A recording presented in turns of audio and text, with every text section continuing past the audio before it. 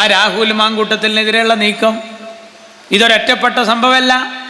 അത് നേരത്തെ കുഞ്ഞാലിക്കുട്ടി സാഹിബിനെതിരെ, പിന്നെ അതിന് ശേഷം ഉമ്മൻചാണ്ടിക്കെതിരെ, അങ്ങനെ ഓരോരുത്തരെയും ലാക്കാക്കിക്കൊണ്ട് നീങ്ങിയെന്ന് മാത്രമല്ല, അതിൻ്റെ പേരിൽ ഇവർ ഷാഫി പറമ്പിലിനെ വരെ ടാർഗറ്റ് ചെയ്ത് നീങ്ങാണ്. ഒരു പാർട്ടി പോയ പോക്ക് വെക്കണം.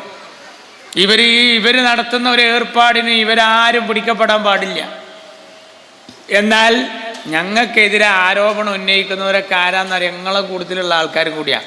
എന്നാൽ നിങ്ങളുടെ നേതാക്കൾക്കെതിരെ ആരോപണം ഉന്നയിച്ചതൊക്കെ നിങ്ങളുടെ കൂട്ടത്തിലെ വനിതാ നേതാക്കളാണ്. നിങ്ങളെന്താ ചെയ്യുന്നത്?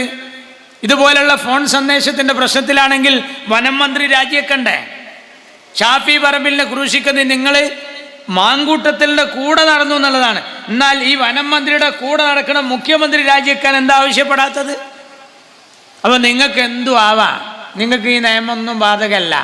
പിന്നെ ഓരോരുത്തരുടെ അടുത്ത് പരിശോധിക്കുക. നമ്മൾ ഇപ്പം ഇടയ്ക്കടുത്തുണ്ടായ 1-2 സംഭവം ഞാനത് പറയുന്നില്ല. ഒരു ഉമ്മയുള്ളവർ, പെങ്ങന്മാരുള്ളവർ, പെൺകുട്ടികളുള്ളവർക്കൊന്നും പറയാൻ പറ്റിയ വിഷയമല്ലത്. പക്ഷെ നിങ്ങൾ മറ്റുള്ളവൻ്റെ നെഞ്ഞത്തേക്ക് കയറാൻ ഒരു ചാൻസും കോപ്പും കിട്ടിയില്ലെങ്കിൽ പിന്നെ എടുത്ത് ഉന്നയിക്കുന്നത് ഈ ആരോപണമാണ്. അത് ഉന്നയിച്ചാൽ എന്താ? ഇപ്പം രാഹുൽ മാങ്കൂട്ടത്തിൻ്റെ മുഖം ഭാവമൊക്കെ മാറി.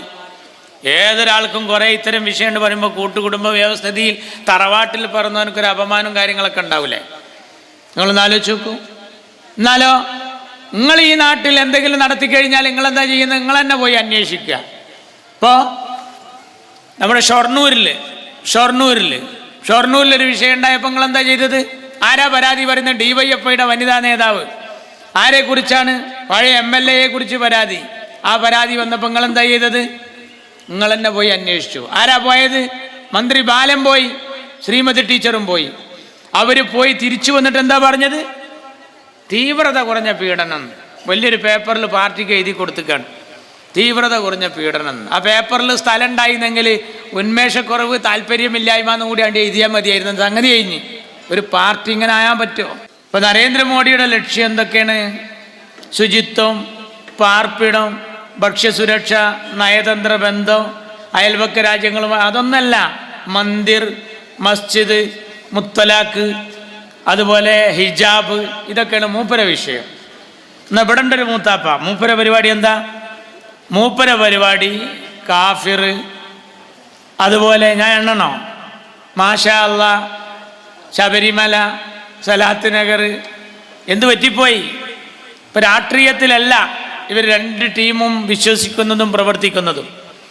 പിന്നെ ഇപ്പോൾ നേരത്തെ ആര്യാടൻ ഷൗക്കത്ത് ഇവിടെ സൂചിപ്പിച്ചതുപോലെ മതപരമായ കാര്യങ്ങൾ എടുത്തുകൊണ്ടാണ് മുഖ്യമന്ത്രി പോലും ഇപ്പോൾ രംഗപ്രവേശം നടത്തിക്കൊണ്ടിരിക്കുന്നത്.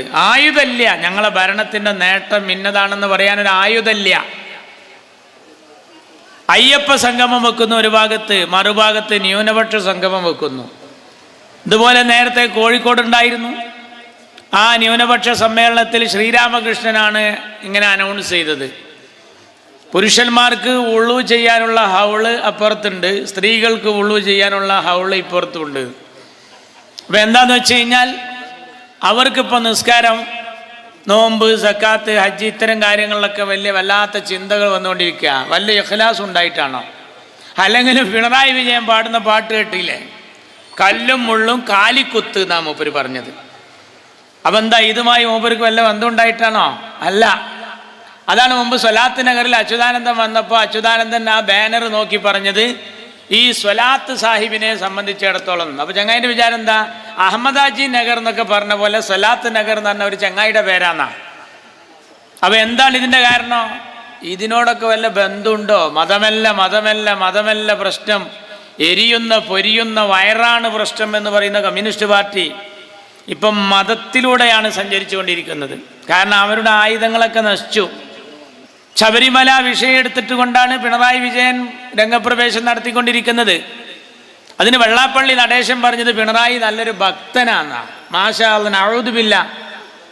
പിണറായി തന്നെ പറയാണ് ഞാൻ ഹയാത്തിൽ ആദ്യമായിട്ടാണ് ഈ പടിക്കക്ക് വന്നത് ശബരിമലയിൽ നിന്നിട്ട്. അപ്പോൾ പിണറായി പറയുന്നത് ആദ്യമായിട്ടാണ് മൂപ്പര് അവിടെ വന്നത്. പക്ഷെ ഇയാൾ പറയുന്നത് പിണറായി നല്ലൊരു ഭക്തനാണ്. യഥാർത്ഥത്തിൽ ഇയാൾക്ക് ഇതിൽ വിശ്വാസം ഉണ്ടായിട്ടാണോ? അല്ലെങ്കിൽ കമ്മ്യൂണിസ്റ്റ് മാർക്സിസ്റ്റ് പാർട്ടിക്കാർ ഇപ്പോൾ വല്ലാതെ മതം കൈകാര്യം ചെയ്യുന്നത് ഇതുമായി വല്ല ടച്ച് ഉണ്ടായതുകൊണ്ടാണോ? അപ്പം ടച്ചില്ലാത്തത് കൈകാര്യം ചെയ്യുമ്പോൾ ഈ വക തെറ്റുകളൊക്കെ വരും. അതാണ് അയാൾ അഖണ്ഡനാമകം ചൊല്ലിയാൽ ഇപ്പോൾ നടക്കുമോ? അയാൾ ഏതെങ്കിലും ബെയ്ത്ത് ചൊല്ലിയപ്പോൾ നടക്കുമോ? അവിടെ ശീലിച്ചതല്ലേ ഇവിടെ പാടുക. നിങ്ങളെ ശീലം എന്ന് പറഞ്ഞാൽ മതവിരുദ്ധ ആശയം. നിങ്ങളെ ശീലങ്ങൾ മുഴുവനും ഈ രാജ്യത്തെ മതചിഹ്നങ്ങൾക്കെതിരായിരുന്നു അല്ലേ? കടാര നെഞ്ചിലിറക്കുമ്പോൾ, കഠോര വേദന വിങ്ങുമ്പോൾ അയ്യോ എന്ന് വിളിക്കാതെ, അമ്മേ എന്ന് വിളിക്കാതെ, ഓംകാരം മുഴക്കാതെ, ലാ ഇലാഹ പാടാതെ, കേട്ടില്ലേ? ഇൻകിലാബ് വിളിച്ചവരെ കണ്ടോ നിങ്ങൾ? ഇതൊക്കെ ശീലിച്ചവർ പിന്നെ എങ്ങനെയാണ് ശബരിമലയിലെ പാട്ട് പാടിയാൽ ശരിയാകുക? അത് പണ്ട് STD ബൂത്തിലെ ചെക്കനെ നിക്കായിന് ഇരുത്തിയ മാതിരിയാണ്. STD ബൂത്തിലെ ചെക്കൻ ഏത് നേരവും ഫോണേറ്റാ കളി. എപ്പോൾ നോക്കുമ്പോൾ തന്നെയാണ്. നിസ്കാരം കഴിഞ്ഞിരിക്കുകയാണെങ്കിലും അവൻ്റെ പണി തന്നെ ഫോണേറ്റ് ഇങ്ങനെ കളിച്ചുകൊണ്ടിരിക്കും. അങ്ങനെ ഏത് നേരം ഇങ്ങനെ ആയപ്പോൾ അവൻ്റെ കല്യാണം വന്നപ്പോൾ നിക്കായിനിരിക്കുമ്പോൾ പള്ളിയിലെ ഖത്തീബ് ഓനക്ക് ഇങ്ങനെ ചൊല്ലിക്കൊടുക്കാൻ ശ്രമിക്കുമ്പോഴും മൊബൈലിൽ തന്നെ പരിപാടി. അപ്പോൾ അതിലവർക്ക് പിന്നിലിരിക്കണ ആരോ പറഞ്ഞു പാഹ ഉസ്താദിനെ ശ്രദ്ധിക്കുന്നു. അപ്പോൾ ഉസ്താദ് ചൊല്ലിക്കൊടുത്തരം മൗലവി ചൊല്ലിക്കൊടുത്തു ഖബിൽ തൂ. അപ്പോൾ ഓൻ പറഞ്ഞു ഡബിൾ ടൂ. അപ്പോൾ എന്താ സംഭവം എന്നറിയോ? ഓൻ ഏത് നേരം തേറ്റാ കളി. ഇങ്ങനെ ശീലിച്ച പിണറായി വിജയൻ ഏത് പാട്ട് പാടിയാലാണ് യഥാർത്ഥത്തിൽ ഒരു പാട്ടായി മാറുക? അല്ലെങ്കിൽ നിങ്ങൾ നോക്കൂ, അയാളുടെ ശൈലിയും സ്വഭാവമൊക്കെ അങ്ങനെ തന്നെയല്ലേ? ഇപ്പം അയാൾ ഒരു സമ്മേളനത്തിൽ എനിക്ക് തോന്നുന്നു പ്രാവിനെ പറത്താൻ ശ്രമിച്ചു. പ്രാവിനെ പറത്താൻ പിണറായി വിജയൻ ഇങ്ങനെ നിന്നു. രാഹുൽ ഗാന്ധി അതേപോലെ പാണക്കാട്ടെ തങ്ങൾ ഇവരൊക്കെ പ്രാവിനെ പറത്തിയ പ്രാവാണ്ട് പറക്കലാണ്. പക്ഷെ പിണറായി വിജയൻ നെല്ലും കണ്ടത്തേക്ക് ഞാറിടണായിട്ടത് നേരെ പോയിട്ട് പ്രാവാണ്ടിട്ടേ. അതെന്താ കാരണം? പ്രാവിനറിയാതെ ഏതാ കൈ എന്നുള്ളത്. കാരണം എന്താ അറിയോ? കൊലപാതക കേസിലെ പ്രതിയാണ് ഈ പ്രാവിനെ പറത്തുന്നത്. പ്രാവിന് വലിയ വിവരല്ലേ? കമ്പ്യൂട്ടർ യുഗത്തിലെ പ്രാവല്ലേ? കുറച്ചൊക്കെ കാര്യങ്ങൾ തിരിയല്ലോ. ഇപ്പം എന്താണ് ഇവർക്ക് ഇതിലൊന്നല്ല. അല്ലെങ്കിൽ നിങ്ങൾ നോക്കൂ, ഇപ്പം നമുക്ക് ആകെ ദുന്യാവിലുള്ളൊരു സുഖം എന്താണെന്നറിയോ? മാർക്സിസ്റ്റേറെ ജാതല്ല എന്നുള്ളൊരു സുഖം മാത്രമാണ്. മറ്റേതിങ്ങനെ കേന്ദ്ര അവഗണനക്കെതിരെ അല്ലേ? ഭാരത് ബന്ദ്, അഖിലേന്ത്യാ പണിമുടക്ക്, സെക്രട്ടേറിയറ്റ് വളയൽ, കലക്ടറേറ്റ് നീരൽ, എന്തെല്ലാം രോഗമായിരുന്നു. എൻ്റെ നേതാവ് സീതിയാജി പറയാറുണ്ടായിരുന്നു, റെയിൽ അല്ലെങ്കിൽ ജയിൽ അല്ലെങ്കിൽ വണ്ടിക്ക് തലക്കുകയെന്ന്. സീതിയാജിയുടെ പ്രസംഗമാണ്. ഇതായിരുന്നു അവരുടെ പരിപാടി. എന്തൊക്കെ ഉണ്ടായിരുന്നു ഈ നാട്ടിൽ. ഇപ്പം അഖിലേന്ത്യാ പണിമുടക്കുണ്ടോ? ഭാരത് ബന്ദ് ഉണ്ടോ? എത്ര ഏത് ഉണ്ടാക്കി കൊടുത്തു ഈ നരേന്ദ്രമോദി. മാർക്സിസ്റ്റ് പാർട്ടിയുടെ ഒരു ജാഥല്ല. ഇപ്പോൾ ഒരു മാതിരിപ്പാകുമ്പോഴൊക്കെ നമ്മളൊക്കെ ഈ പൊതുയോഗത്തിന് പോകുമ്പോൾ കാണാൻ അവിടുന്ന് ഒരു ജാഥ ഉണ്ട് വരും. ഒരു 10 ആളുണ്ടാവുമെങ്കിൽ ആ ചെങ്കൊടി ഒരു മാതിരിപ്പിൻ്റെ നേരത്ത് നിങ്ങളറിഞ്ഞോ നാട്ടാരെ, അപ്പോഴാണ് നമ്മളറിയാം. ആ പരിപാടിയൊന്നും ഇപ്പം ഇല്ലല്ലോ, ആ ഏർപ്പാടൊന്നും ഇപ്പം ഇല്ല. അപ്പം ആകെ ഒരു സുഖം ഇവരുടെ ജാഥ ഇല്ല എന്നുള്ളതാണ്. എത്ര കാലമായി നിങ്ങളൊരു ജാഥ കണ്ടിട്ട്? എന്തെല്ലാം നയം. ഡീസൽ പെട്രോളിൻ്റെ വില, റേഷനരിക്ക് 2 പൈസ കോൺഗ്രസ് ഭരിക്കുമ്പോൾ കൂട്ടിയപ്പോൾ എന്തെല്ലാം കോലാഹലം ഉണ്ടാക്കിയവരാണ് നിങ്ങൾ. എന്തിൻ്റെല്ലാം പേരിലാണ് നിങ്ങൾ ഈ രാജ്യത്ത് പ്രശ്നങ്ങൾ ഉണ്ടാക്കിയത്? അങ്ങനത്തെ നിങ്ങളിപ്പോൾ അങ്ങനത്തെ ഒരു ജാഥ പരിപാടി ഒന്നും നമ്മൾ കാണുന്നില്ല. ഇപ്പോൾ ഞാൻ കുറേ ഈ ദേശാഭിമാനിയിൽ ഇങ്ങനെ തിരയും, ഇവിടെ എവിടെയെങ്കിലും ഒരു പരിപാടി നടത്തുന്നുണ്ടോ. അതിനിപ്പോൾ അടുത്ത് ഞാൻ പോളിടെക്നിക്കിൽ ഇരുന്നിട്ട് ദേശാഭിമാനി വായിക്കുമ്പോൾ ദേശാഭിമാനിയിൽ ധർണ നടത്തി DYFI. നിങ്ങളറിയണോ എവിടെയെന്നറിയാം? നിങ്ങൾ ശരിക്കും ശ്രദ്ധിച്ച് കേട്ടോളി. എങ്ങനെ അറിയാം? ഇവരൊരു ധർണ നടത്തി ഇപ്പം അടുത്ത്. ഏതാ ധർണ എന്നറിയാം? ആമസോൺ വനാന്തരങ്ങളിലെ തീക്കാറ്റ് നിയന്ത്രിക്കാൻ കഴിയാത്ത ബ്രസീൽ ഗവൺമെൻറ്റിൻ്റെ നിലപാടിൽ പ്രതിഷേധിച്ച് ഡൽഹിയിലെ ബ്രസീൽ എംബസിക്ക് മുമ്പിൽ റഹീം സഖാവിൻ്റെ നേതൃത്വത്തിൽ DYFI ധർണ നടത്തി. എങ്ങനെ? ഇവിടെ ഒന്നും തീയില്ല, ഇവിടെ ഒന്നും തീ കിട്ടായിട്ട് ആമസോൺ വനാന്തരങ്ങളിൽ തീപിടുത്തുണ്ടായപ്പോൾ അത് നിയന്ത്രിക്കാൻ കഴിയാത്ത ബ്രസീൽ ഗവൺമെൻറ്റിൻ്റെ അനാസ്ഥയിൽ പ്രതിഷേധിച്ച് ഇവർ ബ്രസീൽ എംബസിക്ക് മുന്നിൽ പോയിട്ട് ഡൽഹിയിൽ ഏതു സാധുക്കൾക്ക് വീണ് കിട്ടിയത്. അപ്പം നിങ്ങൾക്ക് ഈ കോൺഗ്രസിനോടുള്ള വിരോധം പോലെ ഇവരോടൊരു വിരോധമില്ല, ഒരു വിരോധമില്ല. കണക്കിന് പോയ ഞങ്ങളെ അടുത്ത ജാഥ അന്തരീക്ഷത്തിൽ നിന്നാണ്. ഏത്? ഈ കൃഷികൾക്ക് അനുകൂലമാകാത്ത രീതിയിൽ മഴ വർഷിക്കാത്ത കാർമേഘ പടലങ്ങളുടെ നിലപാടിൽ പ്രതിഷേധിച്ച് അന്തരീക്ഷത്തിൽ നിന്നൊരു ജാഥ ആരംഭിച്ച് ബുധൻ, യുറാനസ്, നെപ്റ്റ്യൂൺ, പ്ലൂട്ടോ എന്നിവിടങ്ങളിൽ നിന്ന് സ്വീകരണം ഏറ്റുവാങ്ങി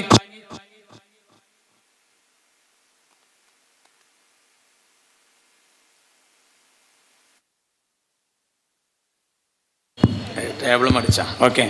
ചൊവ്വയിലൊരു കുത്തിയിരിപ്പ് സമരം നടത്താനുള്ള സാധ്യതയാണ് കൂടുതൽ. നിങ്ങൾ നോക്കൂ, ഇപ്പം നാട്ടിലെ മുഖ്യ വിഷയം എന്താ? ഞാൻ ആമുഖത്തിൽ സൂചിപ്പിച്ച വോട്ടവകാശം നിഷേധിക്കുന്ന പരിപാടിയാണ്.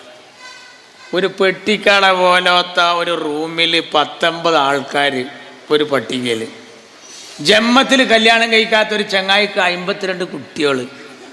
ഇമാതിരിയുള്ള വോട്ടർ പട്ടികയുടെ കുട്ടിക്കടം പകർത്തിയിട്ടാണ് മഹാനായ രാഹുൽ ഗാന്ധി നാട്ടുകാരോട് ഈ വർത്തമാനം നടന്ന് പറയുന്നത്. ഈ സമയത്ത് മാർക്സിസ്റ്റുകാരുടെ പരിപാടി എന്താ? മാർക്സിസ്റ്റുകാർ അയ്യപ്പ സംഗമം നടത്തുകയാണ് ഇവിടെ.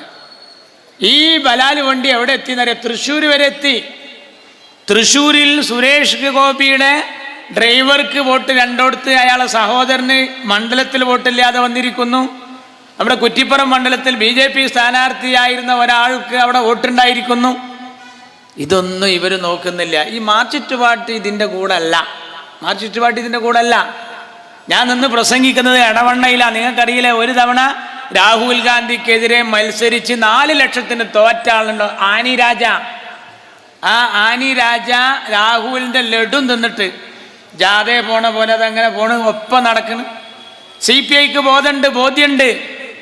എന്നാലോ മാർക്സിസ്റ്റ് പാർട്ടിയോ? അത് ഫേസ്ബുക്ക് നോക്കിയാൽ മനസ്സിലാവും. രാഹുൽ ഗാന്ധി നടത്തുന്ന ഈ പോരാട്ടത്തിൻ്റെ അടിയിലെ കമൻറ്റുകൾ വായിച്ചാൽ നിങ്ങൾ നോക്കണം. ലൈക്ക് ഇങ്ങനെ ഇടേണ്ടതിന് പകരം മാർക്സിസ്റ്റ് പാർട്ടി നേരെ കീഴ്പോട്ടാണ്. ഒരു ചങ്ങാതി എഴുതിയിരിക്കുന്നു, ഉണ്ടയില്ല വെടി എന്ന് എഴുതിയ ആൾ ആരാന്ന് നമ്മളൊന്ന് അടിച്ചു നോക്കുമ്പോൾ ആരാന്നറിയോ? സഖാവ് VS അച്യുതാനന്ദൻ്റെ പേഴ്സണൽ സ്റ്റാഫിൽ അങ്ങാണ്. അപ്പോൾ ഒരു മാർക്സിസ്റ്റുകാരൻ്റെ കൽബുകൾ വായിക്കണം. രാഹുൽ ഗാന്ധി ഇപ്പോൾ ഈ പണിയെടുക്കണ ആർക്ക് വേണ്ടിയാ? കോൺഗ്രസിനാ? നാടിന് വേണ്ടിയല്ലേ? മാത്രമല്ല, ഈ മാർക്സിസ്റ്റുകാരെ MP-മാർ കോൺഗ്രസിൻ്റെ പിന്തുണയോടുകൂടി ജയിച്ചതല്ലേ തമിഴ്നാട്ടിൽ നിന്ന്? നിങ്ങൾക്ക് ചില സ്ഥലത്ത് രാഹുൽ ഹലാലാണ്, ചില സ്ഥലത്ത് ഹറാമ്, ചില ഭാഗങ്ങളിൽ നിങ്ങൾക്ക് കറാഹത്തും, ചില സ്ഥലത്ത് രാഹുൽ സുന്നത്തുമാണ്. നിങ്ങൾക്കൊരു വ്യക്തമായ നിലപാടില്ല. ഞാൻ സാധാരണ പറയാറുണ്ട്, ഈ വാച്ച് നേരാക്കണ കടയിൽ പോയ പോലെയാണ്. വാച്ച് നേരാക്കണ കടയിൽ ഒരു കൃത്യ ടൈം ഉണ്ടാവില്ല. ചിലയിൽ 11:15, ചിലയിൽ 12:45, ചിലയിൽ 3 സൂചിയും കൂടി 6ലേക്ക് തൂങ്ങിയിട്ട് ചിലയിൽ ഒരൊറ്റ സൂചി ഉണ്ടാവില്ല. അതൊരു റിപ്പയർ കടയാണ്. ഈ നിലപാട് പോലെയാണ് മാർക്സിസ്റ്റ് പാർട്ടി. അവർക്ക് കോൺഗ്രസിനോടൊരു വ്യക്തത ഇല്ല.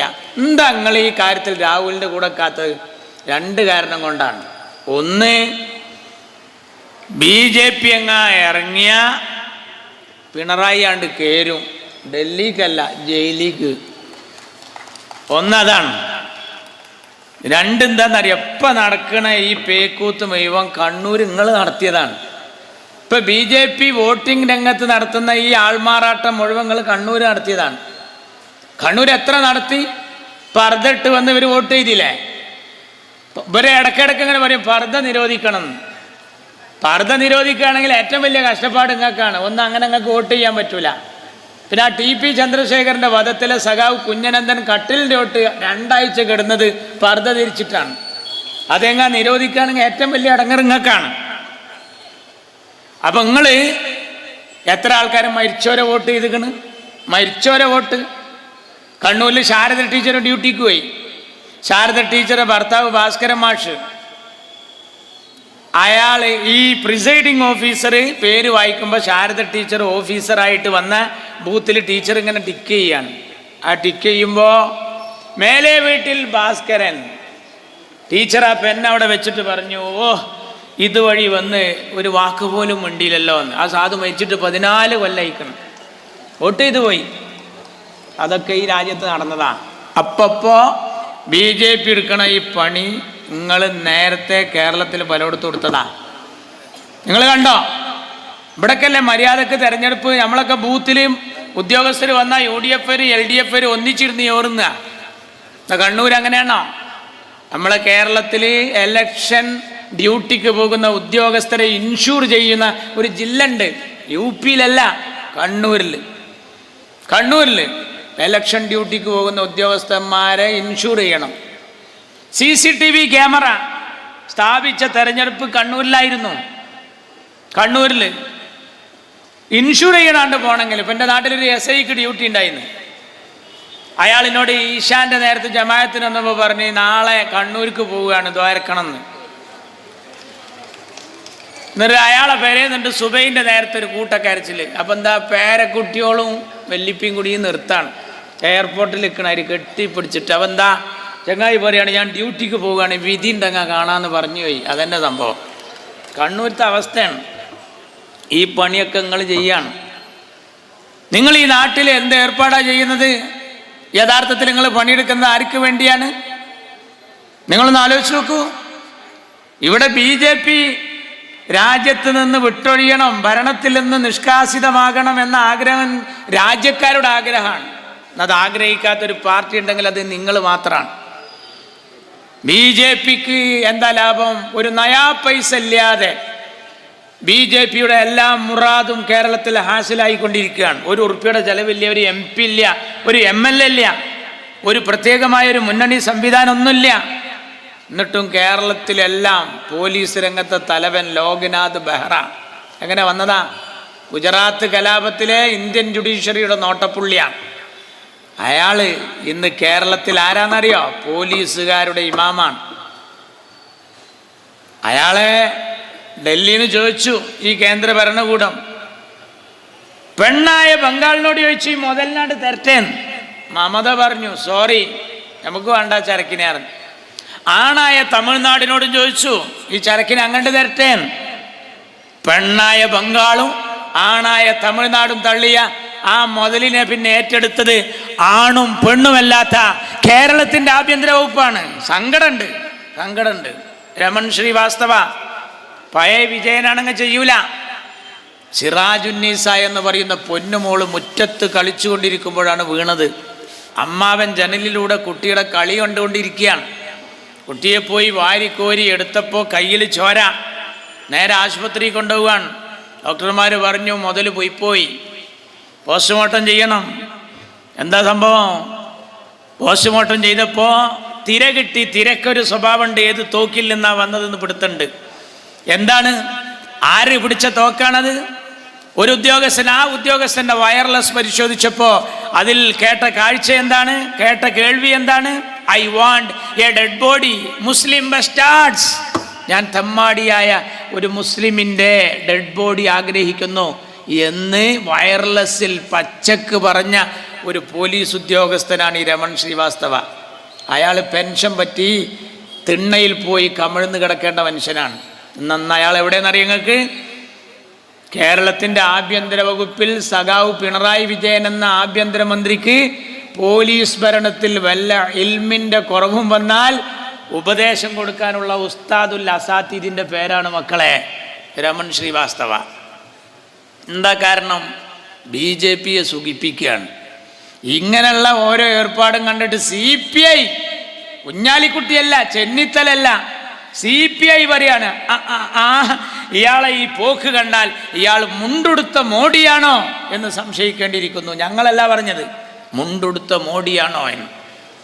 വോട്ടിൻ്റെ കള്ളത്തരം നടന്ന തൃശ്ശൂർ മാർക്സിസ്റ്റ് പാർട്ടി വല്ലതും പറയുന്നുണ്ടോ? എന്നാ പറയുന്ന ഒരു ടീമുണ്ട്. ആരാന്നറിയോ? ആരാ? സുനിൽകുമാർ. ഏതാ സുനിൽകുമാർ? അരിവാൾ കതിരിൽ തൃശ്ശൂരിൽ മത്സരിച്ച LDF സ്ഥാനാർത്ഥി. തോറ്റയാളാണ്. സുരേഷ് ഗോപിയുടെ താമരയോട് തോറ്റയാളാണ്. കൂട്ടത്തിൽ മുരളീധരനും തോറ്റു. മുരളീധരൻ പറയുന്നുണ്ട്, കോൺഗ്രസ് പറയുന്നുണ്ട്, UDF പറയുന്നുണ്ട്. എന്നാൽ ഇടതു മുന്നണി ഐക്യകണ്ഠേന പറയുന്നുണ്ടോ? ഇല്ല. CPIയുടെ നേതാവായ സാക്ഷാൽ സുനിൽകുമാർ പറയുന്നു തൃശ്ശൂരിൽ ഈ ഏർപ്പാട് മുഴുവൻ നടന്നു, പൂരം കലക്കി ജയിപ്പിച്ചു എന്നാ സുനിൽകുമാർ പറഞ്ഞത്. ഇതൊക്കെ പിണറായി ഇരുന്ന് കേൾക്കുന്നുണ്ട്. പത്രക്കാർ ചോദിക്കുന്നുണ്ട്, പൂരം കലക്കിയത് നിങ്ങൾ മുൻകൈയെടുത്താൽ മൂപ്പർക്ക് അത് കേൾക്കുമ്പോൾ കായം കലക്കിയ മേനി കൂടിയില്ല പിണറായി വിജയൻ. ഇങ്ങനെയുണ്ടൊരു പടപ്പ്. ആവശ്യമില്ലാത്തതിനൊക്കെ അയാൾ പ്രതികരിക്കുന്നുണ്ട്, ആവശ്യമില്ലാത്ത പണിയൊക്കെ അയാൾ എടുക്കുന്നുണ്ട്. ഇങ്ങനൊരു അയ്യപ്പ സംഗമം നടക്കുമ്പോൾ സിദ്ധരാമയ്യ ഉണ്ടോ? മുടിചൂടാ മന്നനായ ദ്രാവിഡ മുന്നേറ്റ ഘടകത്തിൻ്റെ അപ്പോസ്തലനായ സാക്ഷാൽ നമ്മുടെ സ്റ്റാലിനെ കൊണ്ടുവരുന്നുണ്ടോ? ഇല്ല. പിന്നെ ആരാ? യോഗി ആദിത്യനാഥ്. എന്നിട്ട് യോഗി ആദിത്യനാഥിൻ്റെ കത്ത് വായിച്ച് അതിൽ ആനന്ദലബ്ധി അടയുന്നൊരു പാർട്ടി. പിന്നെ കൊണ്ടുവരാൻ നേരത്തെ സൂചിപ്പിച്ചല്ലോ വെള്ളാപ്പള്ളി. ഇയാളെ കാറിൽ എനിക്കൊക്കെ ഒരു ആഗ്രഹം ഉണ്ടായിരുന്നു, അച്യുതാനന്ദൻ്റെ ഹയാത്ത് കാലത്ത് രണ്ടിനെയും കൂടി ഒരു സീറ്റിൽ ഇരുത്തിയിട്ട് കൊണ്ടുവരാൻ. ഇരുത്തിയിട്ട് കൊടുന്നില്ല എന്ന് മാത്രമല്ല, സമ്മേളനത്തിൽ ഇതുപോലെ മഴ ചെയ്യുന്ന DYFIയുടെ ഒരു സമ്മേളനം ഉണ്ടായിരുന്നു. ആ സമ്മേളനം നടക്കുമ്പോൾ VSന്റെ അടുത്താണ് പിണറായി ഇരിക്കണ്. രണ്ടാളും ആണ്ടും കൊണ്ടും നോക്കുകൂലി കൊടുക്കേണ്ടി വെച്ചിട്ടാണെന്ന് പറയാൻ പറ്റൂല, നോക്കുക പോലും ചെയ്തില്ല. ഒരു SFIക്കാരൻ സെൽഫി എടുത്തപ്പോൾ കൈക്ക് തട്ടിയ പിണറായി വിജയൻ മലപ്പുറത്തേക്ക് കയറിയാൽ എനിക്ക് ശ്വാസം മുട്ടുന്നു, മലപ്പുറം വേറെ ഒരു സംസ്ഥാനമാണ്, ഇനി വല്ലതും പറയാൻ ബാക്കിയുണ്ടോ? അതൊക്കെ പറയുമ്പോൾ നമ്മുടെ KT ജലീൽ പറയാണ്, മൂപ്പര് അങ്ങനെ ഒന്നും പറഞ്ഞിട്ടില്ല, മൂപ്പര് ലീഗിനാണ് പറഞ്ഞത്. ഈ പോയത്തക്കാരനറിയോ മലപ്പുറം വേറൊരു സ്റ്റേറ്റാന്ന് പറഞ്ഞത് ലീഗിനാണോ? മലപ്പുറത്തൊരു പ്രത്യേക സമുദായം ഉണ്ടായതുകൊണ്ട് എനിക്ക് ശ്വാസം മുട്ടുന്നു എന്ന് പറയുന്നത് ഒരു പ്രത്യേകമായ പാർട്ടിയെയാണോ സമുദായത്തെയാണോ? ജലീലിന് തിരിയായിട്ടൊന്നുമല്ല. കാരണം ഓ അങ്ങനെ മത്സരിക്കുകയാണ്. കാരണം മാർച്ചിട്ട് പാർട്ടിക്ക് ഓനെ വേണ്ടാന്ന് ഉറപ്പയിക്കണം. ഞാൻ അതങ്ങളോട് പറയണ ഇടവണ്ണേന്ന്. കാരണം ഈ പിണറായി വിജയൻ തന്നെ ഒരു വിശ്വാസമില്ല, ഒന്നുമില്ല.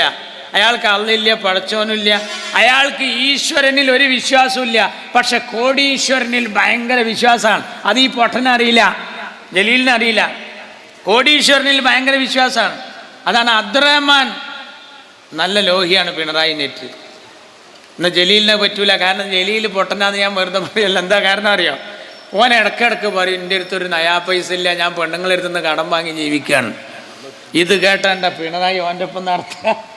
പിണറായിക്ക് പൈസ ഉള്ള മുതലിനാണ് ആവശ്യം. ഇയാൾ എന്ത് വിഡ്ഢിത്തരാ ചെയ്തത്? വെറുതെ ഈ ജലീൽ പറയേണ്ടത് എന്താണെന്നറിയോ? എനിക്കൊരു 10-20 ജ്വല്ലറി ഉണ്ട്, അതുപോലെ ഒരു 10-200 കോടി ആസ്തി ഉണ്ട് എന്നൊക്കെയാണ് ഇയാൾ പറയേണ്ടത്. ഇയാൾ പറയാൻ എൻ്റെ അടുത്ത് ട്രഷറിയിൽ പോലും ഒരു ഉറുപ്പില്ലാത്തതുകൊണ്ട് ഞാൻ പെണ്ണുങ്ങളെടുത്ത് ആ കടം വാങ്ങിക്കണം. എന്നാൽ ഈ പിണറായി ആണെങ്കിലോ 10 ഉറുപ്പ്യുള്ള ബർക്കത്തുള്ളവനെ മാത്രം അപ്പോൾ കൊണ്ടു കിടക്കുന്നത്. അതുകൊണ്ട് ജന്മത്തിൽ ഇയാൾ അഡ്ജസ്റ്റ് ചെയ്യാനുള്ള സാധ്യത വളരെ കുറവാണ്. രാജ്യം കത്തുന്നൊരു വോട്ടിംഗ് വിഷയം മെഷീനും മറ്റും ചർച്ചയാകുമ്പോൾ ഒരു മനുഷ്യൻ ഡബിൾ തുണി ഏറ്റെടുക്കുകയാണ്. യൂത്ത് ലീഗ് കൊടുത്ത ഡബിൾ തുണി. എന്നിട്ട് 3 കൊല്ലം മുമ്പ് എടുത്ത തുണി തിരുമ്പി തേച്ചിട്ട് കൊടുത്തിട്ട് പറയാണ്, ഇതാ തുണി കീറാതെ ആ തുണി പത്രസമ്മേളനത്തിൽ കാണിക്കാൻ പറ്റുന്നുണ്ടല്ലോ എന്നുള്ളത് തന്നെ വലിയ ഹൈറാണ്. മാത്രമല്ല 300 ഉറുപ്പ്യയുടെ തുണി 600. എന്തൊരു വർത്താനം! ഇതാണോ രാജ്യത്ത് ചർച്ച? ഒരാൾ സഹായിക്കപ്പോൾ ഇവിടെ കൊണ്ടുവരും ബിരിയാണി ചലഞ്ച്. ബിരിയാണി ചലഞ്ചിൽ ഒരു ബിരിയാണിക്ക് കടയിൽ പോയാൽ 60 ഉറുപ്പ്യക്ക് കിട്ടും ഒരു ബിരിയാണിക്ക്. പക്ഷെ ചിലർ 500 ഉറുപ്പ്യ എടുത്ത് കൊടുക്കും. അതിൻ്റെ അർത്ഥം എന്താ? ഇതാ 500 ഉറുപ്പ്യക്ക് ബിരിയാണി ഒന്ന് കൊടുക്കണേ എന്നാണ് ഈ പത്രസമ്മേളനം നടത്തല. നമ്മൾ വയലുന്ന സ്ഥലത്ത് ലേലം ചെയ്യലില്ലേ?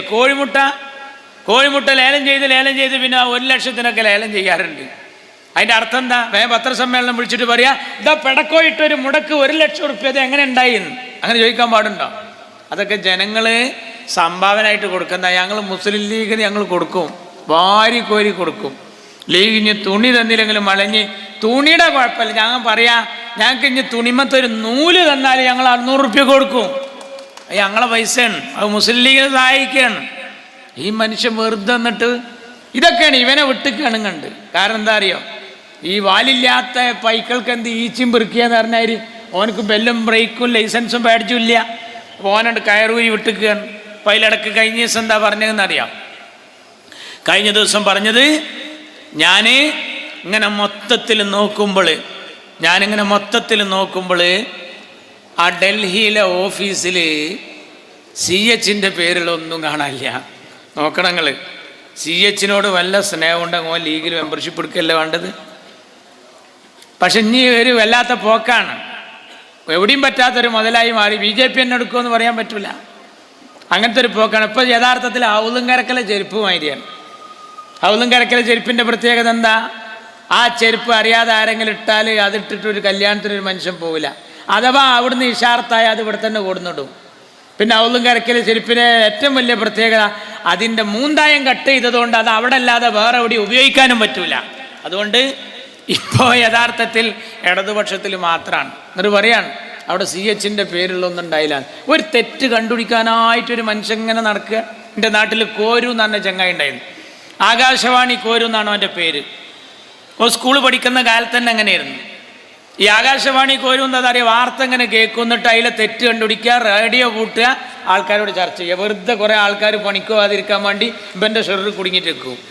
അതിലെന്താ അറിയോ, ഒരു ദിവസം റേഡിയോ പറഞ്ഞു അടുത്ത 2 ദിവസങ്ങളിൽ കേരളത്തിൽ ശക്തമായ ഇടിമിന്നലിനോടൊപ്പം ഒറ്റപ്പെട്ട മഴയ്ക്ക് സാധ്യതയുണ്ട്. എങ്ങനെ? അടുത്ത 2 ദിവസങ്ങളിൽ കേരളത്തിൽ ശക്തമായ ഇടിമിന്നലിനോടൊപ്പം ഒറ്റപ്പെട്ട മഴയ്ക്ക് സാധ്യതയുണ്ട്. അപ്പോൾ കോരി ചോദിക്കുകയാണ് തരേ, ഈ ഇടിമിന്നലും ഒപ്പം ഉണ്ടാവുമ്പോൾ എങ്ങനെ മഴ ഒറ്റപ്പെടുകയാണ്? 30 സംശയമാണ്.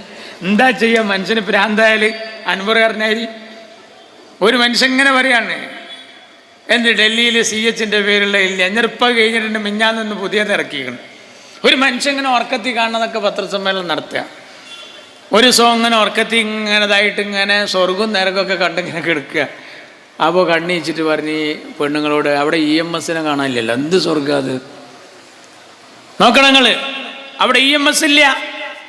എന്നിട്ട് EMSനെ എങ്ങനെയെങ്കിലും സ്വർഗത്തിൽ കൊണ്ട EMS സ്വർഗത്തേക്ക് അദ്ദീനു അന്നസ്വീഹ എന്ന് വിശ്വസിക്കുന്നവരാ ഞങ്ങൾ ലീഗേര്, പൊതുവിൽ വിശ്വാസികൾ. ദീൻ എന്നാ ഗുണകാംക്ഷയാണ്, എല്ലാവർക്കും നല്ലത് വരട്ടെ എന്നാ. നരേന്ദ്രമോദിയും പിണറായിക്കും ഒക്കെ ഹിദായത്ത് കിട്ടണമെന്ന് വെച്ചിട്ട് അപ്പോൾ ഞങ്ങൾ ഈ മൈക്ക് സെറ്റ് വെച്ചിട്ട് ഈ പരിപാടി തന്നെ നടത്തുന്നുണ്ട്. എല്ലാവർക്കും ഹിദായത്ത് കിട്ടണമെന്ന് വെച്ചിട്ട് തന്നെയാണ്. പക്ഷേ EMSനെ സ്വർഗത്തേക്ക് ഉന്തി പറഞ്ഞേക്കുമ്പോൾ ആദ്യം അയാളോടൊന്ന് ചോദിക്കണ്ടേ, നിങ്ങൾക്ക് ഇതിൽ വലിയ വിശ്വാസം ഉണ്ടോയെന്ന്? ആദ്യം ചെയ്യേണ്ട പണി അതല്ലേ. എന്നിട്ട് ഇപ്പോൾ അതാ പുതിയതൊന്ന് ഇന്നലെ, അതെന്താ പുതിയത് മിഞ്ഞാന്ന് പറയാണ്, പിന്നെ ഞാൻ ആ ഒച്ചിമ്പാളും ഉണ്ടാക്കിയിട്ടില്ലെങ്കിൽ ഡൽഹിയിൽ മുസ്ലിം ലീഗിൻ്റെ ഓഫീസ് ഇപ്പോഴും ഉണ്ടാവും, ആ ഫില്ലർമേ പച്ച പെയിൻ്റ് അടിച്ചിട്ട് ഇങ്ങനെ നിർത്തിയിട്ടുണ്ടാവും, ഞാൻ ഉണ്ടായതുകൊണ്ടാണ് ആ ഓഫീസ് പെട്ടെന്ന് പണി കഴിച്ചത്. ഒരു മനുഷ്യൻ പറയാണ്. അത് പറയുമ്പോൾ എനിക്ക് ഓർമ്മ വരുന്നത്, ഞങ്ങളെ കുറ്റിപ്പുറം SI ഉണ്ടായി, ഒരു ചങ്ങായിനെ പിടിച്ച്, ഓനെ ഒരുപാട് നാട്ടിൽ കളവ് നടത്തിയാനാണ്. അങ്ങനെ SI പിടിച്ചു, ഒരു നാട്ടിൽ കൊണ്ടുപോയി തെളിവെടുപ്പ് നടത്തുമ്പോൾ ആൾക്കൂട്ടത്തിൽ വെച്ച് ഓനെ പെരുമാറി നന്നായി പടച്ചിട്ട് ചോദിച്ച്, എടാ എത്ര ദിവസമായി എന്നറിയ ഈ നാട്ടുകാർ ഉറങ്ങിയിട്ട് എന്നെ കൊണ്ട് വലിയ ദുരിതമല്ല ചെയ്യുന്നത്. അപ്പോൾ എടുത്തായിക്ക് പറയാണ്, എന്താ നിങ്ങളിൻ്റെ ദുരിതം മാത്രം പറയുന്നത്, എന്നെക്കൊണ്ട് ഈ നാട്ടിൽ എന്തെല്ലാം മെച്ചമുണ്ടായിട്ടുണ്ട്, ഈ കള്ളം പറയാണ്. എന്താ മെച്ചം എന്നെക്കൊണ്ട്?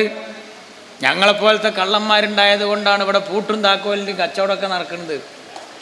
കാരണം ഷട്ടറുകളൊക്കെ പൂട്ടിടണമെങ്കിൽ അതിനൊക്കെ ഇങ്ങനെ വല്ല സംഭവം പിന്നിൽ വേണം. പിന്നെ മാത്രമല്ല, രാജ്യത്ത് ഒരുപാട് അലമാര കമ്പനികളുണ്ട്. ആ അലമാര കമ്പനിയൊക്കെ ഉണ്ടാകാൻ കാരണം ഞങ്ങളെപ്പോലത്തെ ഒരു ഹയാത്തിട്ട് തന്നതുകൊണ്ടാണ്. മാത്രമല്ല CCTV ക്യാമറ വലിയ വില പിടിച്ച സാധനമാണ്. അതൊക്കെ ഈ നാട്ടിൽ ഉണ്ടാക്കാനുള്ള കാരണം ഞങ്ങളെ മാത്രം ഭയന്നിട്ടാണ്. അപ്പം ഞങ്ങളെ കൊണ്ട് ഉപകാരമില്ല എന്ന് മേലിഞ്ഞ് പറയരുത് SIനോട് ഇപ്പം പറയാണ്. എന്തൊരു വർത്താനാണിത്? ഇതൊക്കെയാണോ ഒരു പാർട്ടി ചിന്തിക്കേണ്ടത്? നിങ്ങൾക്കിതിലൊന്നും ഒരു താല്പര്യമില്ല, നിങ്ങൾക്ക് ജനകീയ വിഷയങ്ങളിൽ താല്പര്യമില്ല. ജനങ്ങളുടെ ശ്രദ്ധ മറ്റൊരു വഴിക്ക് കൊണ്ടുപോവുകയാണ്. ഈ കേന്ദ്ര ഭരണത്തിനെതിരില്ല എന്ന് മാത്രമല്ല, നിങ്ങൾ ഈ നാട്ടിൽ നേരത്തെ സൂചിപ്പിച്ചതുപോലെ എന്തെല്ലാം ആരോഗ്യ പരിരക്ഷാ പരിപാടികൾ നമ്മുടെ കേരളത്തിൽ നടന്നിരുന്നു. ആ സംഗതികളൊന്നും നടക്കുന്നില്ല. അതിനു വേണ്ടിയിട്ട് ഇവരിപ്പോൾ കണ്ടെത്തി എന്തപ്പോൾ എടവണ്ണ പഞ്ചായത്തിൽ തെരഞ്ഞെടുപ്പ് നടക്കുകയാണ്. എല്ലായിടത്തും തെരഞ്ഞെടുപ്പ് നടക്കുമ്പോൾ ഇവരിത് നിലനിർത്താൻ വേണ്ടിയിട്ട് എന്തെല്ലാം അടവുമായിട്ടെന്നറിയാം. അതാണിപ്പോൾ ആ രാഹുൽ മാങ്കൂട്ടത്തിനെതിരെയുള്ള നീക്കം. ഇതൊരൊറ്റപ്പെട്ട സംഭവമല്ല. അത് നേരത്തെ കുഞ്ഞാലിക്കുട്ടി സാഹിബിനെതിരെ, പിന്നെ അതിന് ശേഷം ഉമ്മൻചാണ്ടിക്കെതിരെ, അങ്ങനെ ഓരോരുത്തരെയും ലാക്കാക്കിക്കൊണ്ട് നീങ്ങിയെന്ന് മാത്രമല്ല, അതിൻ്റെ പേരിൽ ഇവർ ഷാഫി പറമ്പിലിനെ വരെ ടാർഗറ്റ് ചെയ്ത് നീങ്ങാണ്. ഒരു പാർട്ടി പോയ പോക്ക് വെക്കണം. ഇവർ നടത്തുന്ന ഒരു ഏർപ്പാടിന് ഇവരാരും പിടിക്കപ്പെടാൻ പാടില്ല. എന്നാൽ ഞങ്ങൾക്കെതിരെ ആരോപണം ഉന്നയിക്കുന്നവരൊക്കെ ആരാന്നറിയാം, ഞങ്ങളെ കൂടുതലുള്ള ആൾക്കാരും കൂടിയാണ്. എന്നാൽ നിങ്ങളുടെ നേതാക്കൾക്കെതിരെ ആരോപണം ഉന്നയിച്ചതൊക്കെ നിങ്ങളുടെ കൂട്ടത്തിലെ വനിതാ നേതാക്കളാണ്. നിങ്ങളെന്താ ചെയ്യുന്നത്? ഇതുപോലുള്ള ഫോൺ സന്ദേശത്തിൻ്റെ പ്രശ്നത്തിലാണെങ്കിൽ വനം മന്ത്രി രാജിവെക്കണ്ടേ? ഷാഫി പറമ്പിലിനെ ക്രൂശിക്കുന്നത് നിങ്ങൾ മാങ്കൂട്ടത്തിൻ്റെ കൂടെ നടന്നു എന്നുള്ളതാണ്. എന്നാൽ ഈ വനം മന്ത്രിയുടെ കൂടെ നടക്കണം മുഖ്യമന്ത്രി രാജിവെക്കാൻ എന്താ ആവശ്യപ്പെടാത്തത്? അപ്പോൾ നിങ്ങൾക്ക് എന്തു ആവാം, നിങ്ങൾക്ക് ഈ നിയമമൊന്നും ബാധകമല്ല. പിന്നെ ഓരോരുത്തരുടെ അടുത്ത് പരിശോധിക്കുക. നമ്മൾ ഇപ്പം ഇടയ്ക്കടുത്തുണ്ടായ 1-2 സംഭവം ഞാനത് പറയുന്നില്ല. ഒരു ഉമ്മയുള്ളവർ, പെങ്ങന്മാരുള്ളവർ, പെൺകുട്ടികളുള്ളവർക്കൊന്നും പറയാൻ പറ്റിയ വിഷയമല്ലത്. പക്ഷെ നിങ്ങൾ മറ്റുള്ളവൻ്റെ നെഞ്ഞത്തേക്ക് കയറാൻ ഒരു ചാൻസും കോപ്പും കിട്ടിയില്ലെങ്കിൽ പിന്നെ എടുത്ത് ഉന്നയിക്കുന്നത് ഈ ആരോപണമാണ്. അത് ഉന്നയിച്ചാൽ എന്താ? ഇപ്പോൾ രാഹുൽ മാങ്കൂട്ടത്തിൻ്റെ മുഖം ഭാവമൊക്കെ മാറി. ഏതൊരാൾക്കും കുറേ ഇത്തരം വിഷയമുണ്ട് പറയുമ്പോൾ കൂട്ടുകുടുംബ വ്യവസ്ഥിതിയിൽ തറവാട്ടിൽ പറഞ്ഞവനക്കൊരു അപമാനവും കാര്യങ്ങളൊക്കെ ഉണ്ടാവില്ലേ? നിങ്ങളൊന്ന് ആലോചിച്ച് നോക്കൂ. എന്നാലോ നിങ്ങൾ ഈ നാട്ടിൽ എന്തെങ്കിലും നടത്തിക്കഴിഞ്ഞാൽ നിങ്ങളെന്താ ചെയ്യുന്നത്? നിങ്ങൾ തന്നെ പോയി അന്വേഷിക്കുക. ഇപ്പോൾ നമ്മുടെ ഷൊർണൂരിലൊരു വിഷയം ഉണ്ടായപ്പോൾ നിങ്ങളെന്താ ചെയ്തത്? ആരാ പരാതി പറയുന്നത്? DYFIയുടെ വനിതാ നേതാവ്. ആരെക്കുറിച്ചാണ്? പഴയ MLA കുറിച്ച് പരാതി. ആ പരാതി വന്നപ്പോൾ നിങ്ങളെന്താ ചെയ്തത്? നിങ്ങൾ തന്നെ പോയി അന്വേഷിച്ചു. ആരാ പോയത്? മന്ത്രി ബാലൻ പോയി, ശ്രീമതി ടീച്ചറും പോയി. അവർ പോയി തിരിച്ചു വന്നിട്ട് എന്താ പറഞ്ഞത്? തീവ്രത കുറഞ്ഞ പീഡനം. വലിയൊരു പേപ്പറിൽ പാർട്ടിക്ക് എഴുതി കൊടുത്തിക്കാണ്, തീവ്രത കുറഞ്ഞ പീഡനം. ആ പേപ്പറിൽ സ്ഥലം ഉണ്ടായിരുന്നെങ്കിൽ ഉന്മേഷക്കുറവ്, താല്പര്യമില്ലായ്മ എന്നും കൂടി അവിടെ എഴുതിയാൽ മതിയായിരുന്നു. സംഗതി കഴിഞ്ഞ്. ഒരു പാർട്ടി ഇങ്ങനെ ആയാൻ പറ്റുമോ? നിങ്ങൾക്ക് എന്തും നടത്താം, എന്തും. ഇനി വല്ല കൊലപാതക പ്രശ്നം നടത്തിയാൽ എന്താ പരിപാടി? എല്ലാം അങ്ങനെ തന്നെ. ഇപ്പൊ TP ചന്ദ്രശേഖരന്റെ വധം നടന്നതിൻ്റെ 4ാമത്തെ ദിവസം ഇവർ ചെയ്ത പണി എന്താ? ഞാൻ പറയുന്നത് ദുന്യാവിൽ ആദ്യം നിരോധിക്കേണ്ട പാർട്ടിയായി ഇവർ. ഇപ്പൊ ഇസ്രായേലും അമേരിക്കയും മറ്റുള്ളവരൊക്കെ ഞങ്ങളിതാ കൊല്ലണമെന്ന് പറഞ്ഞിട്ട് കൊല്ലുകയാണ്. നിങ്ങൾ ചെയ്യുന്ന പണി എന്താ? നിങ്ങൾ കൊന്നിട്ട് മറ്റുള്ളവരെ മേത്തുക്കിടുകയാണ്. മാഷാ അള്ളാ എന്നുള്ള സ്റ്റിക്കർ അതിൻ്റെ ഭാഗമല്ലേ? മാഷാ അള്ളാ എന്നുള്ള സ്റ്റിക്കർ ഒട്ടിച്ച് 10 റുപ്യ കൊടുത്താൽ കിട്ടും പീടികയിൽ. അത് ഇന്നോവ ഒട്ടിച്ചിട്ട് വിരോധിയായ TP ചന്ദ്രശേഖരനെ കൊല്ലുകയാണ്. എന്നിട്ട് പറയാം മുസ്ലിം തീവ്രവാദികളാണ് അതിൻ്റെ പിന്നിൽ. എന്തെല്ലാം പറഞ്ഞു. മാത്രമല്ല വള്ളിക്കാട് ജുമാ മസ്ജിദിലെ ലൈറ്റ് പുലരുവോളം കത്തിയിരുന്നു. ദേശാഭിമാനി പിറ്റേ ദിവസം എഴുതുകയാണ്, വള്ളിക്കാട് ജുമാ മസ്ജിദ് പറഞ്ഞ TP ചന്ദ്രശേഖരൻ്റെ മഹല്ല് ജുമാ മസ്ജിദാണ്. അവിടുത്തെ ലൈറ്റ് നേരം പുലരുവോളം കത്തിയിരുന്നു എന്ന് പറഞ്ഞാൽ ഇയാളെ കൊല്ലാൻ തീവ്രവാദികൾ അവിടെ ഈ ഏർപ്പാട് നടത്തി എന്നുള്ളതാണ്. ഇപ്പോൾ വടകരയിൽ CAA NRC റാലി നടക്കുമ്പോൾ വാജ്പേയിയുടെ പേരുള്ള ചിത്രമുള്ള ഒരു ഫ്ലക്സ് ബോർഡ് പരിപാടി നടക്കേണ്ടെന്നതിൻ്റെ കാണാതായി. ആ കാണാതായ ഫ്ലക്സ് പിന്നീട് പോലീസ് അന്വേഷണത്തിൽ വടകര പോലീസ് കണ്ടെത്തി. എവിടുന്നാ കിട്ടിയത് അറിയോ? ഒരു മദ്രസയുടെ ബാക്കിൽ നിന്നാണ് കിട്ടിയത്. ആ കമ്മിറ്റി സെക്രട്ടറിയെ ചോദ്യം ചെയ്തു, വളരെ ക്രൂശിച്ചു, അവർ രാജിവെച്ചു. നിങ്ങൾ അറിയണം, വലിയ വിഷയമായി. യഥാർത്ഥത്തിൽ അതിലെ പ്രതിയെ CCTV ക്യാമറയിൽ നിന്ന് പിടിച്ചു. ആരാ? 2 DYFIയുടെ പ്രവർത്തകർ. നിങ്ങളിത് നടത്തിയിട്ട് നിങ്ങൾ ഈ പരിപാടി നടത്തുക. എന്നിട്ടോ ഇതേ ഞാൻ ഈ പറഞ്ഞ ആരോപണം മാങ്കൂട്ടത്തിനെ പറ്റി, കുഞ്ഞാലിക്കുട്ടിയെ പറ്റി, എൻ്റെ പ്രിയപ്പെട്ട ഉമ്മൻചാണ്ടിയെ പറ്റി പറഞ്ഞ പോലെ നിങ്ങൾക്ക് ഇഷ്ടപ്പെടാത്തവരൊക്കെ പറ്റി TP ചന്ദ്രശേഖരൻ വേറൊരു സ്ത്രീയുമായി ബന്ധമുണ്ടായിരുന്നു എന്ന് ദേശാഭിമാനി എഴുതി. സാജൻ എന്ന് പറയുന്ന ഒരാളുണ്ട്. അയാൾ ആരാന്നറിയോ? ഞാൻ ഇവരുടെ ഈ ചീമേനി ഭാഗത്തൊക്കെ ഇങ്ങനെ പ്രസംഗിക്കാൻ പോകുമ്പോൾ ഇങ്ങനെ ഒഴിഞ്ഞ സ്ഥലം കാണും. അവിടെ എന്താ പറയുക, രക്തസാക്ഷി ഗ്രാമമാണ്. അവിടെ വരെ ശ്രോതാക്കന്മാരങ്ങനെ മറയിതുകയാണ്. അവിടെ കൂടി അങ്ങനെ പോകുമ്പോൾ കാണാം, ഒരാളെനിക്ക് ചൂണ്ടിക്കാണിച്ചു, ഇത് പാർത്ത കല്യാണ മണ്ഡപം, പാർത്ത കൺവെൻഷൻ സെൻറ്റർ. ഇവിടെയാണ് സാജൻ്റെ ആ പെർമിഷൻ കൊടുക്കാത്ത കല്യാണ മണ്ഡപം. നോക്കണം നിങ്ങൾ, ആന്തൂർ നഗരസഭയിലാണ്. ആന്തൂർ നഗരസഭയിൽ ഈ സാജൻ മരിക്കുന്നത് എങ്ങനെ അറിയാം? ശരിക്ക് കേൾക്കണം. ഒരു SFIക്ക് സ്കൂളിൽ പഠിച്ചിരുന്ന കുട്ടി കുറച്ച് ചെറുപ്പക്കാരനായപ്പോൾ DYFI ആയി. ഇവിടെ ഇങ്ങനെ നടക്കണേൻ്റെ ഇടയ്ക്ക് എനിക്ക് നാട്ടിൽ നിന്നൊന്ന് ഗെയ്ച്ചിലാവണമെന്ന് തോന്നിയപ്പോൾ ഗൾഫിൽ പോയി. അവിടെ നല്ല ജോലി വാങ്ങി ശമ്പളക്കാരനായി അത്യാവശ്യം കാശേറ്റ് നാട്ടിലേക്ക് വന്നപ്പോൾ വീട്ടുകാരോട് തീരുമാനിച്ചുറപ്പിച്ചു, ഇവിടെ എന്തെങ്കിലും വരുമാനത്തിന് തുടങ്ങണം. അങ്ങനെയാണ് ഈ കല്യാണ മണ്ഡപം ഉണ്ടാക്കുന്ന സാധു. ഈ കല്യാണ മണ്ഡപത്തിന് ഈ നമ്പർ ഇടാൻ വേണ്ടി ചെല്ലുകയാണ് നഗരസഭയ്ക്ക്. ആ നഗരസഭയ്ക്ക് ചെല്ലുമ്പോൾ ഓരോ കാരണം പറഞ്ഞ് മാറ്റി. എന്താ കാരണം എന്നറിയാം? അവിടെ നടന്ന മാർക്സിസ്റ്റ് പാർട്ടിയുടെ ലോക്കൽ സമ്മേളനത്തിന് പിരിവ് ചോദിച്ചപ്പോൾ ഇത്ര ലക്ഷം ഉറുപ്പ്യ തരണം എന്ന് പറഞ്ഞപ്പോൾ പറഞ്ഞില്ല, ഞാൻ ഇപ്പോൾ ഒരു ഇങ്ങനെ ബർക്കത്തുണ്ട് തുടങ്ങിയിട്ടുള്ളൂ, ഞാൻ വിധി ഉണ്ടെങ്കിൽ തരാം, ഇപ്പം തൽക്കാലത്ത് വെക്കിന്ന് പറഞ്ഞപ്പോൾ അത് പോരാ, ഈ ഇങ്ങനെ ഒരു മണ്ഡപേറ്റ് പോകേണ്ടത് നമുക്കൊന്ന് കാണണം. TP ചന്ദ്രശേഖരൻ്റെ വിഷയം ഇതുപോലെ തന്നെയാണ്. അതെന്താ കാരണം? നമ്മളൊക്കെ കാണാമല്ലോ, നേതാക്കന്മാരെ ചോദ്യം ചെയ്യും, യോഗത്തിലിട്ട് ചോദ്യം ചെയ്യും. ഖലീഫ ഉമർ എന്നവരെ കുപ്പായത്തിന് നീളം കൂടിയപ്പോൾ അനുയായി ചോദ്യം ചെയ്തപ്പോൾ നിന്നെപ്പോലത്തെ ഒരാൾക്ക് അമീറാകാൻ കഴിഞ്ഞതിൽ ഞാൻ അള്ളാഹുവെ സ്തുതിക്കുന്നു എന്ന് പറഞ്ഞ ഖലീഫമാരുണ്ട് ഈ രാജ്യത്ത്. പിണറായി വിജയൻ്റെ വീട് അല്പം വലിപ്പം കൂടിപ്പോയി എന്ന് ഒഞ്ചിയം ബ്രാഞ്ച് കമ്മിറ്റിയിൽ 5 ആളുകൾ ആ പെര കാണാൻ പോയതാണ് TP ചന്ദ്രശേഖരൻ്റെ വധത്തിൽ കലാശിച്ചത്. നിങ്ങളറിയണം, ഈ സാജൻ പിരിവ് കൊടുത്തില്ല. എന്താ ഉണ്ടായത്? ഓരോ കാരണം പറഞ്ഞ് അയാൾക്ക് നമ്പർ ഇട്ട് കൊടുത്തില്ല. ചിലവാക്കിയ പൈസ അവിടെ ആവും ചെയ്ത്. ഞാൻ കണ്ടു ആ പാർത്ത കല്യാണ മണ്ഡപം. കാട്ടപ്പ കെട്ടി കിടക്കുകയാണ്. ഒരു ഭാഗത്ത് കമ്മ്യൂണിസ്റ്റുകാർ വളഞ്ഞിട്ട്, ഒരു ഭാഗത്ത് കമ്മ്യൂണിസ്റ്റ് പാർട്ടിയുടെ നഗരസഭാ ചെയർപേഴ്സൺ ഇവനെ വളഞ്ഞിട്ട്, പോരാത്തത് ആ കല്യാണ മണ്ഡപം കമ്മ്യൂണിസ്റ്റ് അപ്പിയും വളഞ്ഞിരിക്കണം. അതന്നെ സ്ഥിതി. ഇനി എന്താ ഇനി ബാക്കിയുള്ളത്? യഥാർത്ഥത്തിൽ എന്താ ഉണ്ടായത്? ഷാജൻ തീരുമാനിച്ചു, ഇനി എനിക്കൊരു ജീവിതമില്ല. പെരേലോൻ ഒരു എഴുത്ത് എഴുതി വെച്ചു, എൻ്റെ മരണത്തിന് ഉത്തരവാദി നഗരസഭയാണ് എന്ന് പറഞ്ഞിട്ട്. ആരാ നഗരസഭയുടെ ചെയർപേഴ്സൺ എന്നറിയോ? ഇവിടെയുള്ള കമ്മ്യൂണിസ്റ്റുകാരെ കേൾക്കണം, ആരാ നഗരസഭയുടെ ചെയർപേഴ്സൺ? നിങ്ങളെ വലിയ കാല്യര് ഗോവിന്ദൻ മാഷ ഭാര്യയാണ്, കെട്ടിയോളാണ്. ഗോവിന്ദൻ മാഷ ഭാര്യയാണ് അവിടുത്തെ ചെയർപേഴ്സൺ. നമ്പർ കൊടുക്കാത്ത കാരണത്താൽ ആ തൻ്റെ മുതൽ മുടക്ക് നഷ്ടത്തിലായി എന്ന് തോന്നിയപ്പോൾ ഈ സാജൻ ഒരു കയറെടുത്ത് ജീവിതം അങ്ങ് അവസാനിപ്പിച്ചു. കമ്മ്യൂണിസ്റ്റുകാരനാണ്. എന്താ ഉണ്ടായതറിയ? പിറ്റേ ദിവസത്തെ ദേശാഭിമാനിയിൽ ഈ സാജൻ ആത്മഹത്യ ചെയ്ത വാർത്ത ഉണ്ട്. എല്ലാ പത്രത്തിലും ഉണ്ട്. എല്ലാ പത്രത്തിലും ഇല്ലാത്തൊരു വാർത്ത ഉണ്ടായിരുന്നു ദേശാഭിമാനിയിൽ. അതെന്താണെന്നറിയോ? സാജന്റെ ഭാര്യ വേറൊരു ചങ്ങായിനായിട്ട് കമ്പനിയായിരുന്നു. ആ വിവരം അറിഞ്ഞതുകൊണ്ടാണ് ഇയാൾ ആത്മഹത്യ ചെയ്തത്. ദേശാഭിമാനി എഴുതി, ഓ കണ്ണിൽ ചോരയില്ലാത്ത പാർട്ടി ഓഫ് ഇന്ത്യ മാർക്സിസ്റ്റ് എന്നല്ലാതെ നിങ്ങളെ പറ്റി നമ്മൾ എന്ത് പറയാനാണ്? നിങ്ങൾക്ക് ഉറക്കാത്ത കൈയുണ്ടോ? നിങ്ങളെ കൂടുതൽ പ്രതികളുണ്ടായാലും രക്ഷപ്പെടും. അതിന് എല്ലാം അങ്ങനെ തന്നെ. ഇപ്പൊ കരിപ്പൂർ എയർപോർട്ട് അടിച്ചു തകർത്ത കേസിലെ 1-ാം പ്രതി ആരാന്നറിയോ? നമ്മളെ പൊതുമരാമത്ത് വകുപ്പ് മന്ത്രി റിയാസ്, കേരളത്തിന്റെ മരുവന് റിയാസാണ് അതിലെ 1-ാം പ്രതി. അയാളെ പിടികിട്ടാ പുള്ളിയായി പ്രഖ്യാപിച്ചിരിക്കണം. ആര്? ആഭ്യന്തരം. ആർക്കാ ആഭ്യന്തരം? അമ്മോസന്. ആരാ പിടികിട്ടാ പുള്ളി? മരുവന്.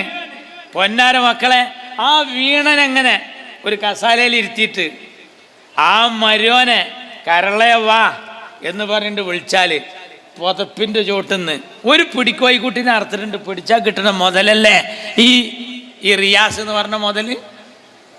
എന്നിട്ട് അവനെ പിടികിട്ടാ പുള്ളിയായി പ്രഖ്യാപിച്ചിരിക്കുകയാണ്. മാർക്സിസ്റ്റ് പാർട്ടിക്ക് ഉറക്കാത്ത കൈകളില്ല, എല്ലാം ചെയ്യും. എന്നിട്ട് ഈ മാഷാ അല്ലാഹ് പറഞ്ഞു TPയെ കൊന്നവർ മുസ്ലിം തീവ്രവാദികളാന്ന് പറഞ്ഞു. എന്നിട്ട് പിടിച്ചത് കൊടി സുനി, അണ്ണൻ സുജിത്ത്, കിർമാണി മനോജ്, ഇവരെല്ലാം. നിങ്ങളറിയണോ? ദേശാഭിമാനി ഇട്ടിരുന്നൊരു കുട്ടി പിറ്റേ ദിവസം ആ പത്രം ഇടാത്തൊരവസ്ഥ വന്നു തലശ്ശേരിയിൽ.